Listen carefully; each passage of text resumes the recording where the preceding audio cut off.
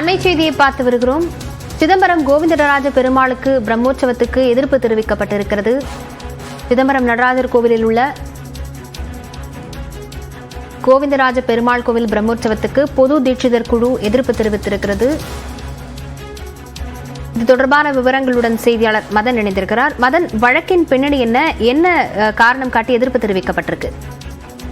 சிதம்பரம் நடராஜர் கோவிலுக்குள் அமைந்துள்ள கோவிந்தராஜ பெருமாள் கோவிலில் பிரம்மோற்சவம் நடத்த எதிர்ப்பு தெரிவித்த வழக்குதான் சென்னை உயர்நீதிமன்றத்தில் நடைபெற்றது.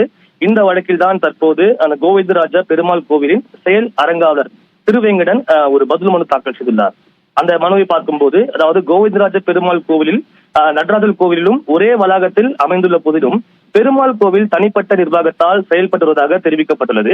அதே போல கோவிந்தராஜ பெருமாள் கோவில் திருவிழாக்களுக்கு நடராஜர் கோவில் அந்த பொது தீட்சிதர்கள் குழு எப்போதுமே ஒரு இடையூறு ஏற்படுத்தி வருவதாகவும் ஒரு புகார் தெரிவிக்கப்பட்டுள்ளது.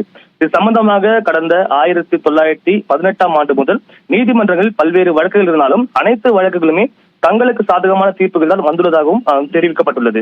அதே போல கடந்த 1932 ஆண்டு முதல் இந்து சமய அறநிலைத்துறை கட்டுப்பாட்டில் உள்ள இந்த கோவிந்தராஜ பெருமாள் கோவிலில் பிரம்மோற்சவம் நடத்த 1979 ஆண்டு முதல் முயற்சிகள் எடுக்கப்பட்டு வருவதாகவும் அறநிலைத்துறை ஆணையர் உத்தரவு பிறப்பித்த போதும் நடராஜர் கோவிலின் அந்த பொது தீட்சிதர் குழு எப்போதுமே ஒத்துழைப்பு வழங்கவில்லை என்றும் தெரிவிக்கப்பட்டுள்ளது.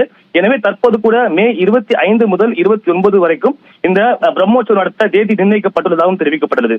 இதற்கு பக்தர்களும் அரங்காவலரும் ஏற்றுக்கொண்டுள்ளனர். எனவே இந்த ஒரு வழக்கை தள்ளுபடி செய்ய வேண்டும் என்ற ஒரு கோரிக்கை வைக்கப்பட்டுள்ளது. இந்த வழக்கு மீண்டும் மே 10 சென்னை உயர்நீதிமன்றத்தில் விசாரணைக்கு வர உள்ளது.